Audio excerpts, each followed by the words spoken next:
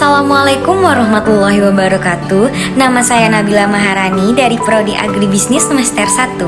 Video ini bertujuan untuk mempresentasikan hasil karya ilmiah saya yang berjudul Islam sebagai Pandangan Hidup untuk memenuhi tugas mata kuliah Pendidikan Agama Islam dengan dosen pengampu Bapak Mu'anif Ridwan MH. Baiklah, langsung saja ke penjelasannya.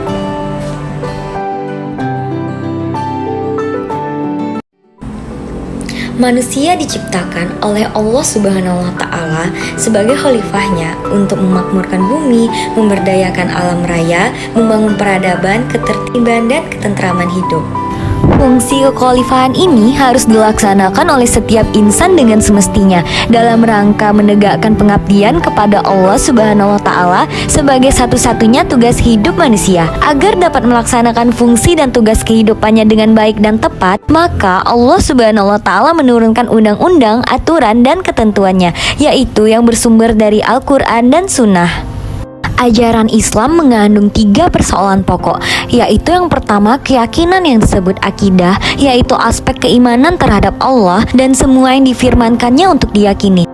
Kedua, norma atau hukum yang disebut syariah, yaitu aturan-aturan Allah Subhanahu wa Ta'ala yang mengatur hubungan manusia dengan Allah, sesama manusia, dan alam semesta. Ketiga, perilaku yang disebut akhlak, yaitu sikap-sikap atau perilaku yang tampak dari pelaksanaan akidah dan syariah. Jadi dapat disimpulkan bahwa Islam adalah agama Allah Subhanahu wa Ta'ala yang diperintahkannya untuk mengajarkan tentang pokok-pokok serta peraturan-peraturannya kepada Nabi Muhammad SAW dan menugaskannya untuk menyampaikan agama tersebut kepada seluruh manusia dan mengajak mereka untuk memeluknya. Seorang muslim adalah seorang yang pandangan hidupnya didasari oleh kesadaran ini. Ia merasa terikat dengan nilai-nilai hidup yang terkandung dalam Al-Quran dan Sunnah. Ia akan selalu mencoba untuk hidup sesuai dengan petunjuk yang diberikan oleh Allah dan Rasul-Nya, dan berusaha menyampaikan pesan Islam kepada orang-orang lain melalui kata-kata dan perbuatan-perbuatannya. Selanjutnya, relevansi Islam pembentuk pandangan hidup dalam kehidupan modern. Yang pertama, menegakkan syariat Islam.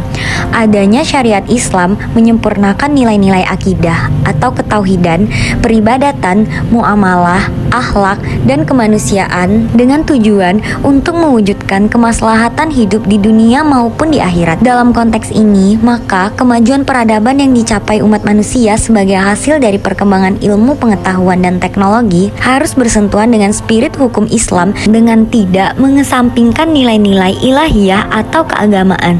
Yang kedua, menggunakan potensi akal dengan sebaik-baiknya.